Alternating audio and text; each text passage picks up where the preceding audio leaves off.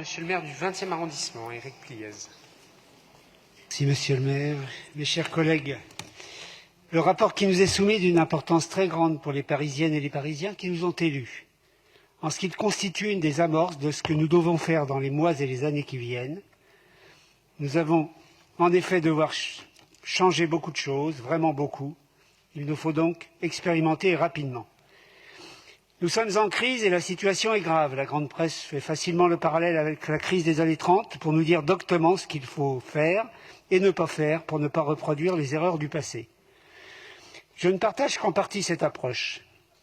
Si en effet nous courons vers la déflation et son mécanisme dévastateur bien connu dont on ne sait toujours pas comment sortir une fois qu'on y est entré, si en effet, tout comme dans les années 30, des professeurs de rigorisme nous disent comment travailler plus tout en gagnant moins, et que cela permettra aux finances publiques de se rétablir, la comparaison s'arrête pratiquement là. Depuis 1929, la population mondiale a quadruplé, les moyens de communication sont maintenant instantanés, et nous devons relever un défi climatique inconnu de mémoire d'homme.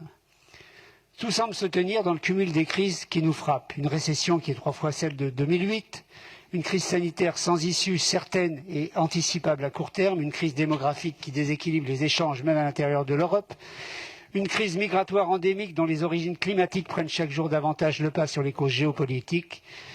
Enfin, et ce n'en est qu'une des premières conséquences, une crise de confiance dans la représentation des peuples, crise de confiance qui amène ça et là une lecture démagogique des nécessités politiques de l'heure.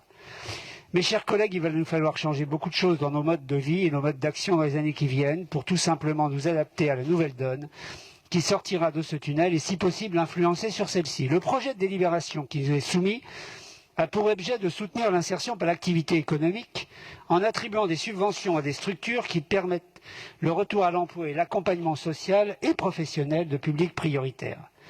La liste est longue et risque malheureusement de s'allonger encore. En effet, les premières conséquences de la crise se font déjà ressentir durement.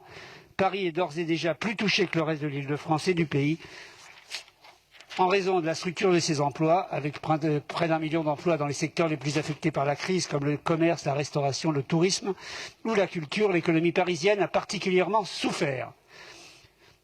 La PUR nous dit qu'en 2020, le nombre de demandeurs d'emploi a augmenté de 16%, pendant que le nombre de demandeurs de RSA de 15%, tandis que les TPE et les PME ont vu leur chiffre d'affaires baisser également de 15%. Ce sont des chiffres implacables.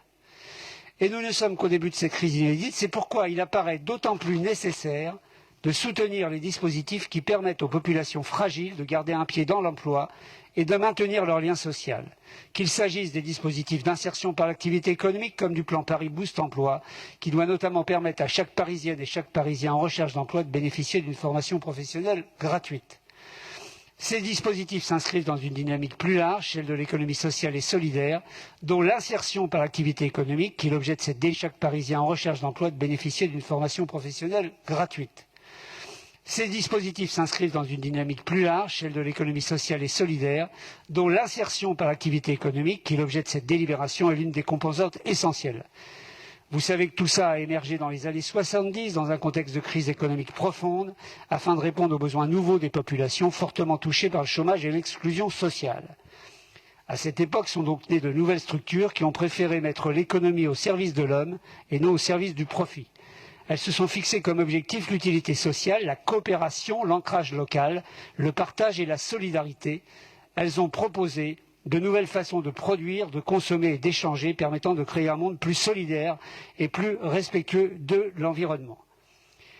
La crise que nous traversons est inédite de par son ampleur, sa gravité et sa portée mondiale. Elle est évidemment choquante parce qu'elle a plongé des franges entières de la population dans la pauvreté.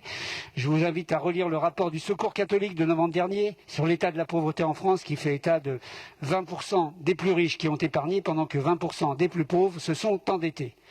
Mais cette crise est également une opportunité formidable de repenser le fonctionnement de notre société et de valoriser des initiatives qui permettent de trouver des solutions là où l'économie traditionnelle a échoué.